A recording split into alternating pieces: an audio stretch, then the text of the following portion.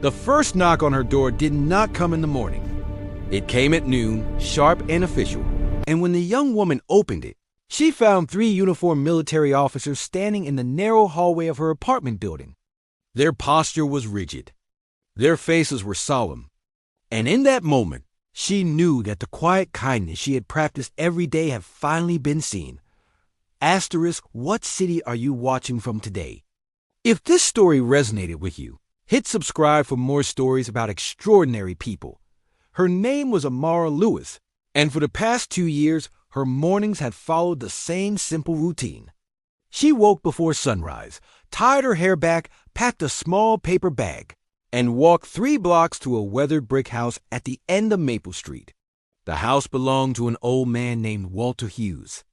He was widowed, nearly blind in one eye, and moved slowly with the help of a cane that tapped softly against the floor.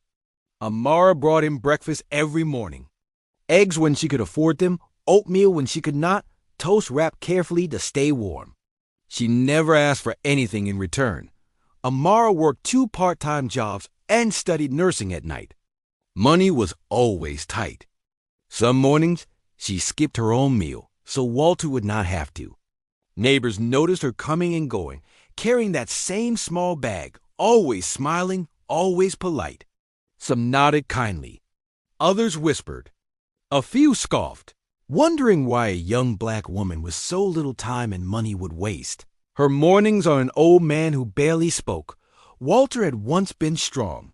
That much was clear in the way he sat, straight back, even as age bent his frame. His hands trembled now, but they still carried a sense of discipline.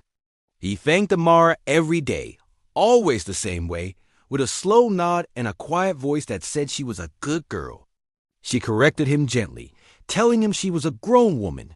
He smiled at that, though his eyes often drifted to the window, as if watching something only he could see.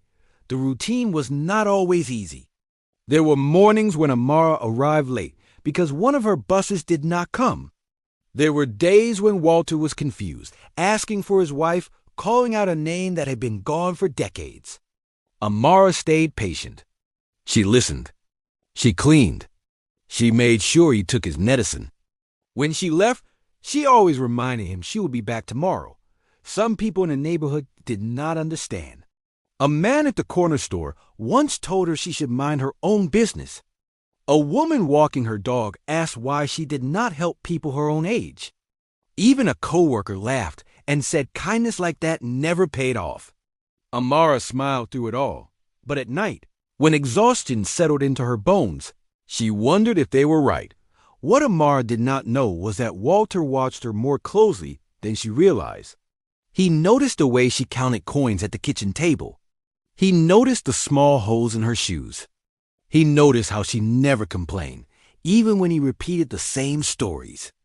Those stories were always about the military, about cold mornings, long marches, and men who trusted each other with their lives.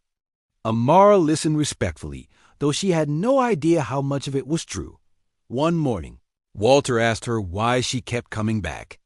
She paused, holding his coffee mug in both hands. She told him that her grandmother had raised her to believe that dignity did not fade with age, and that no one should eat alone if someone else could help it. Walter said nothing after that. His eyes filled with tears he did not wipe away. A week later, Walter did not answer the door. Amara waited. She knocked again, louder this time. Panic crept in, slow and cold. She used the spare key he had given her months before. Inside, the house was silent.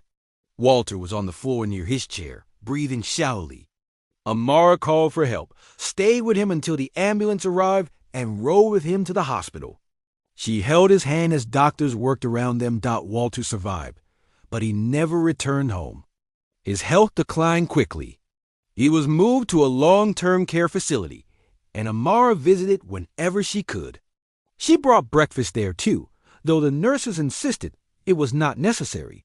Walter told her once that she had done more for him than anyone else in years. She thought that would be the end of it. 2 months later, the knock came. The officers stood in her doorway as neighbors peeked from behind curtains. One officer asked her name. Another asked if she knew Walter Hughes. Her heart sank, expecting the worst.